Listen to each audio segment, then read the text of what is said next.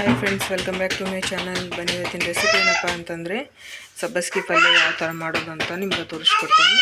ಇಲ್ಲಿ ಆಲ್ರೆಡಿ ಒಂದು ಪಾತ್ರೆ ಇಟ್ಕೊಂಡು ಅದಕ್ಕೆ 2 ಸ್ಪೂನಷ್ಟು ಎಣ್ಣೆ ಹಾಕ್ಕೊಳಕತ್ತೀನಿ.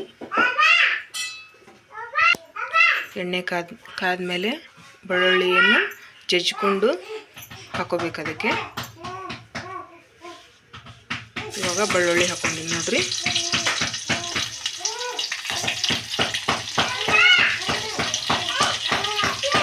ಬೆಳ್ಳುಳ್ಳಿ ಎಣ್ಣೆಯಲ್ಲಿ ಚೆನ್ನಾಗಿ ಸ್ವಲ್ಪ ಬ್ರೌನ್ ಕಲರ್ ಬರೋವರೆಗೂ ಚೆನ್ನಾಗಿ ಫ್ರೈ ಆಗುತ್ತೆ. ನೆಕ್ಸ್ಟು ಹಸಿಮೆಣ್ಸಿನ್ಕಾಯಿನ ಹಾಕ್ಕೊಳಕತ್ತೀನಿ. ಕಟ್ ಮಾಡ್ಕೊಂಡಿರೋಂಥ ಹಸಿಮೆಣ್ಸಿನ್ಕಾಯಿ ಹಾಕ್ಕೊಂಡು ಚೆನ್ನಾಗಿ ಅದನ್ನು ಫ್ರೈ ಮಾಡ್ಕೋಬೇಕು ಎಣ್ಣೆಯಲ್ಲಿ.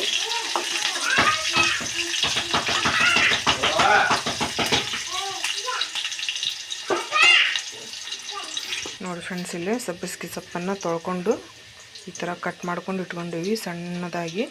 ಇವಾಗ ನೆಕ್ಸ್ಟು ಇದನ್ನು ಹಾಕಬೇಕು. ನೋಡಿ ಫ್ರೆಂಡ್ಸ್, ಇವಾಗ ಸಬ್ಬಸ್ಗೆ ಸೊಪ್ಪನ್ನು ಹಾಕ್ಕೊತಾ ಇದ್ವಿ.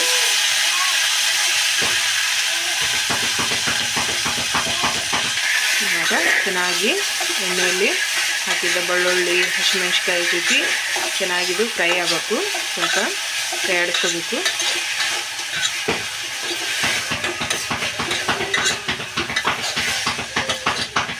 ಪುಡಿ ಹಾಕ್ತಾ ಇದ್ದೇವೆ ನೋಡಿ ಫ್ರೆಂಡ್ಸ್.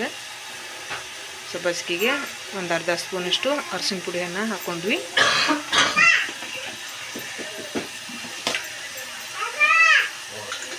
ಅದನ್ನು ಚೆನ್ನಾಗಿ ಕೈ ಆಡಿಸ್ಕೋಬೇಕು.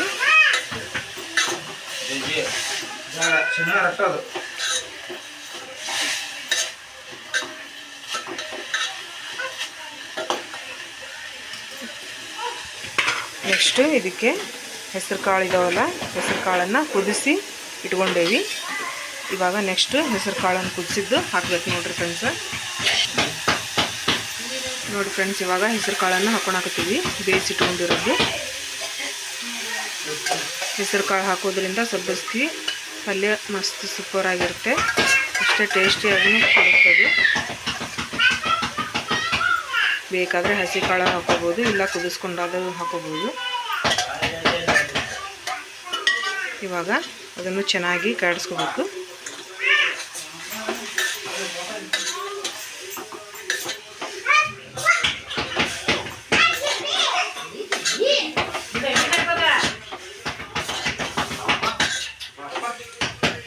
ಇವಾಗ ರುಚಿಗೆ ತಕ್ಕಷ್ಟು ಉಪ್ಪು ಹಾಕಾಕತ್ತೀವಿ ನೋಡ್ರಿ.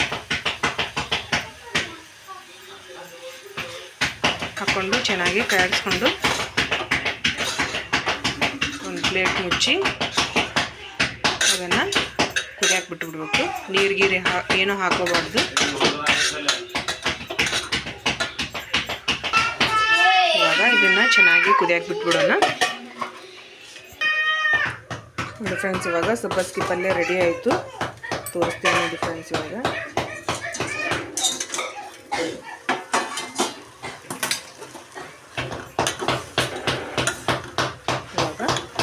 ಸಬ್ಬಸ್ಗೆ ಪಲ್ಯ ರೆಡಿ ಆಯಿತು. ಇವಾಗ ಗ್ಯಾಸನ್ನು ಆಫ್ ಮಾಡ್ಕೊತೀನಿ.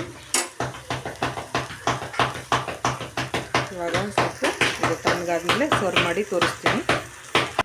ನೋಡಿ ಫ್ರೆಂಡ್ಸ್, ಇವಾಗ ಸಬ್ಬಸ್ಗೆ ಪಲ್ಯ ರೆಡಿ ಆಯಿತು.